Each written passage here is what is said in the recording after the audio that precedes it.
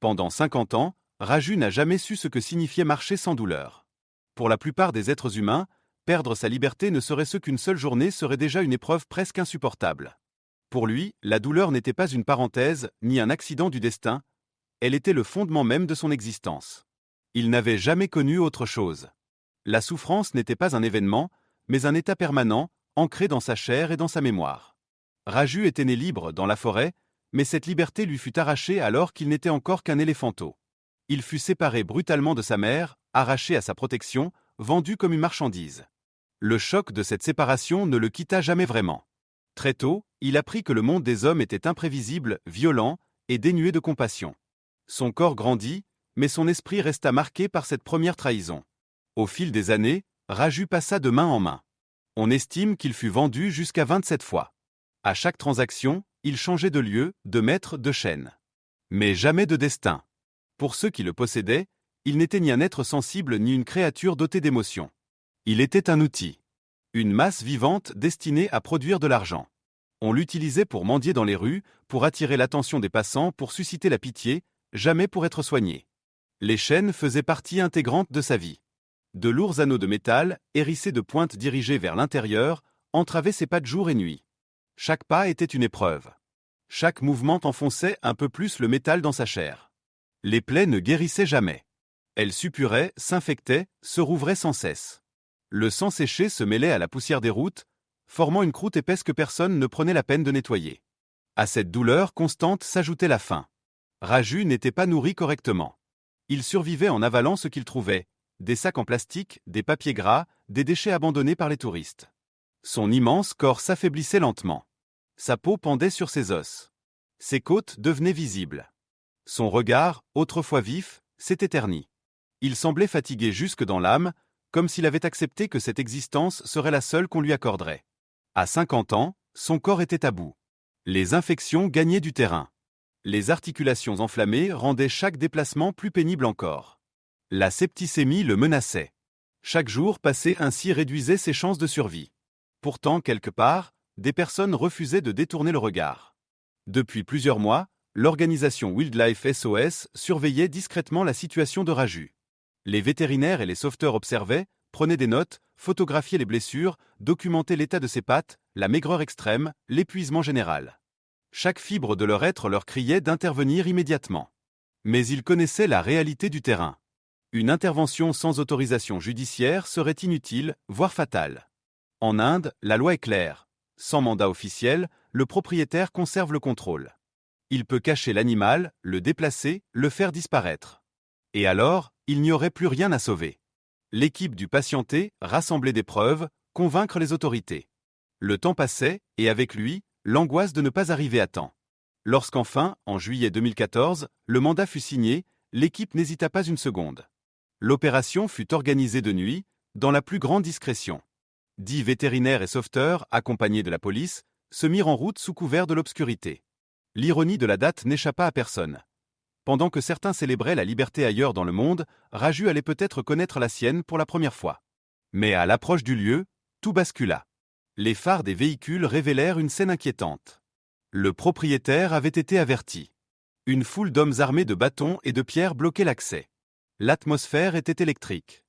La peur était palpable. Une seule erreur pouvait transformer le sauvetage en drame. Les camions forcèrent le passage, bloquant l'entrée et isolant la foule à l'extérieur. À l'intérieur de l'enceinte, cependant, le danger était encore plus grand. Raju se tenait là, immense, enchaîné, terrorisé. Son maître, furieux, hurlait des ordres qu'il utilisait depuis des décennies pour le contrôler. Il voulait transformer l'éléphant en arme. Les chaînes vibraient sous la puissance de son corps. Le sol tremblait. Les policiers levèrent leurs armes. Les vétérinaires les arrêtèrent d'un geste ferme.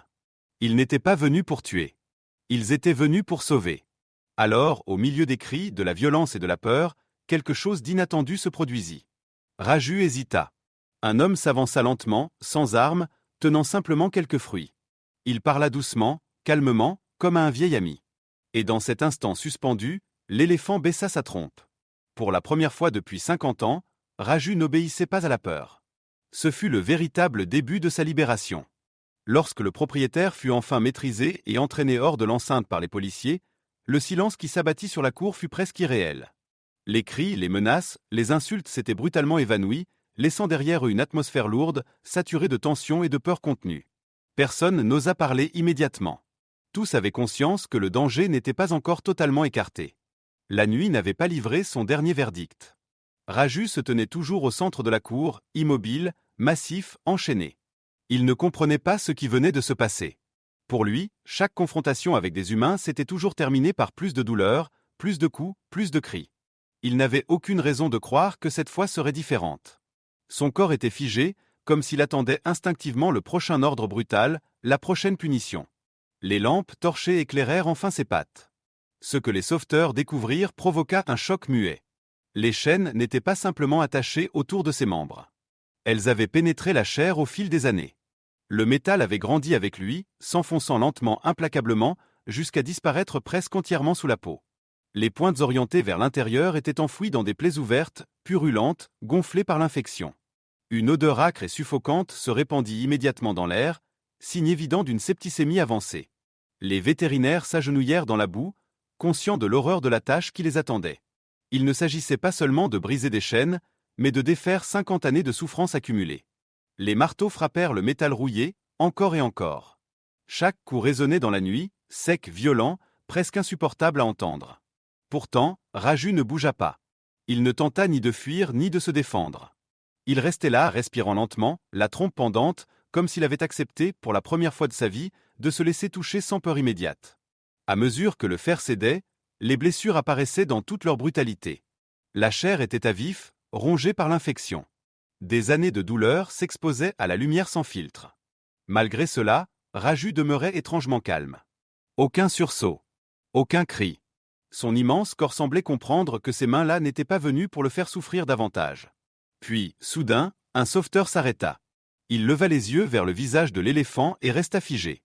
Une lueur brillante glissait lentement le long de sa joue. Des larmes. Raju pleurait. Personne n'osa rompre le silence. Tous comprirent instinctivement qu'ils assistaient à quelque chose de rare, presque sacré. Ce n'était pas seulement des larmes de douleur, mais l'effondrement silencieux d'un être qui réalisait, peut-être pour la première fois, que sa souffrance était enfin reconnue. Lorsque la dernière chaîne se brisa avec un craquement sourd et s'écrasa dans la boue, Raju resta immobile. Il leva lentement une patte, hésitant. Il s'attendait à ressentir la morsure familière du métal. Rien ne se produisit. Il reposa le pied, incrédule, puis recommença. Toujours aucune douleur. La liberté était là, mais elle lui semblait presque irréelle, dangereuse, comme un piège invisible. Il n'y avait cependant pas de temps à perdre.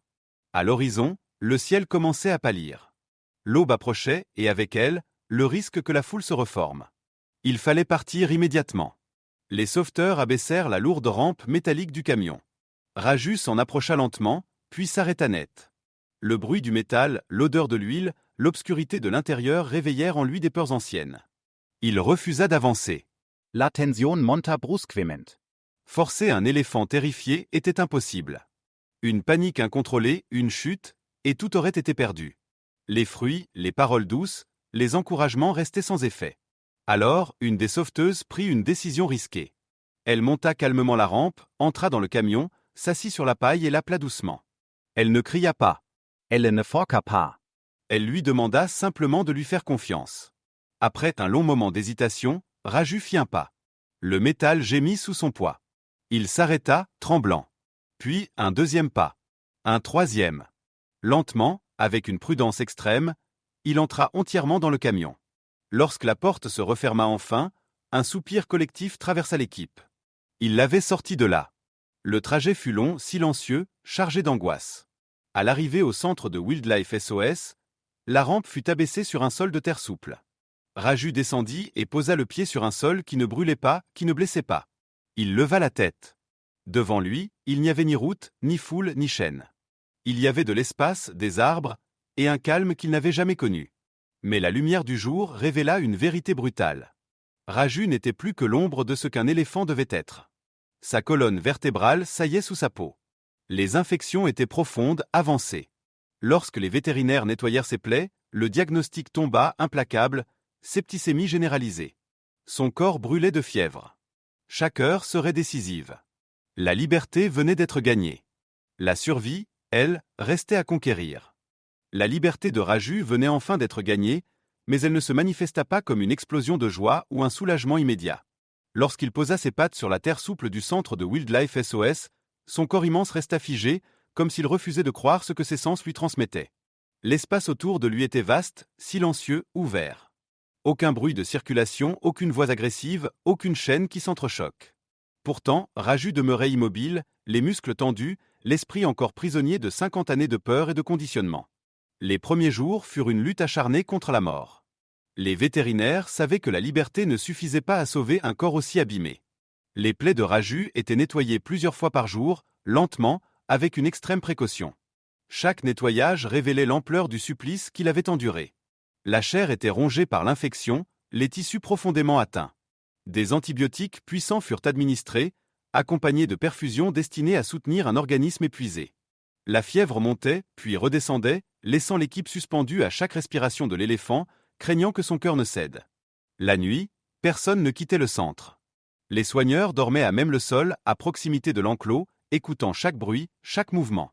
Raju, lui, refusait obstinément de s'allonger. Même sur le sable souple, même en l'absence de chaîne, il restait debout, appuyé contre un mur. Pendant des décennies, ses entraves avaient été si courtes et si douloureuses que s'allonger signifiait s'arracher la peau. Son corps avait appris à ne jamais se reposer. Son esprit n'osait même pas imaginer que le sol pouvait être sûr. Les jours passaient lentement. Puis, presque imperceptiblement, les premiers signes de guérison apparurent. La fièvre finit par céder. Les yeux de Raju retrouvèrent une lueur fragile, hésitante. Il recommença à manger avec une avidité presque douloureuse, comme s'il craignait que la nourriture disparaisse soudainement. Les soigneurs l'observaient sans intervenir, le laissant enfin manger à sa faim. Chaque bouchée était une victoire silencieuse contre les années de privation et de négligence. Un matin, Raju découvrit l'eau. Le bassin du centre scintillait sous le soleil. Il s'en approcha lentement, méfiant, plongea sa trompe, puis une patte. L'eau était fraîche, propre, apaisante. Après un long moment d'hésitation, il entra entièrement dans le bassin. Il s'aspergea, se roula lentement, éclaboussant autour de lui. Pour la première fois depuis des décennies, son corps ne servait plus uniquement à survivre, mais à ressentir. Les soigneurs observaient la scène en silence, conscients d'assister à un moment de renaissance. Mais la paix fut brutalement menacée. 2 mois après le sauvetage, une notification juridique arriva au centre. L'ancien propriétaire de Raju exigeait officiellement sa restitution. La nouvelle plongea l'équipe dans un état de choc et de colère. L'idée de voir Raju retourner enchaîné était inconcevable. Les portes du centre furent renforcées. Les soigneurs se relayèrent jour et nuit, prêts à s'interposer physiquement si nécessaire. Personne n'était prêt à céder. Le combat se déplaça alors sur le terrain judiciaire. Devant la haute cour, l'ancien propriétaire se présenta sûr de lui, entouré d'avocats. Il parla de propriété, de droit, d'argent. Il ne regarda pas les photographies des blessures. Il ne prononça jamais le mot souffrance. Le juge, calme et implacable, posa une question simple. Les documents officiels. Posséder légalement un éléphant exige un certificat. L'homme n'en avait aucun. Pendant 50 ans, il avait exploité Raju dans l'illégalité la plus totale. Le verdict tomba sans appel. Sans certificat, il ne s'agissait pas de propriété, mais de braconnage. La demande fut rejetée. Raju était libre, légalement et définitivement. Pourtant, les chaînes invisibles mettaient plus de temps à céder. Chaque nuit, les soigneurs observaient les caméras, espérant voir Raju s'allonger. Puis, une nuit, sans bruit, quelque chose se produisit. Raju plia lentement les genoux, testa le sol avec sa trompe, attendit la douleur. Elle ne vint pas. Alors, avec un profond soupir, il s'allongea complètement. Ses pattes s'étendirent. Sa tête se posa sur le sable. Pour la première fois en 50 ans, il dormit réellement. À partir de ce moment-là, Raju apprit à vivre. Il fut présenté à d'autres éléphants rescapés. Les contacts furent d'abord timides, hésitants, puis progressivement rassurants. Des trompes se frôlèrent. Une présence collective s'installa. Raju n'était plus seul. Il n'était plus un objet. Il était un être vivant, entouré, respecté. Aujourd'hui, Raju marche librement sur la terre, se baigne quand il le souhaite et dort paisiblement chaque nuit. Il ne récupérera jamais les années perdues, mais il a retrouvé ce qu'on lui avait volé dès l'enfance. La dignité, la sécurité et le droit d'exister sans douleur. Les chaînes ont disparu. La peur s'efface lentement. Et pour la première fois de sa vie, Raju vit vraiment.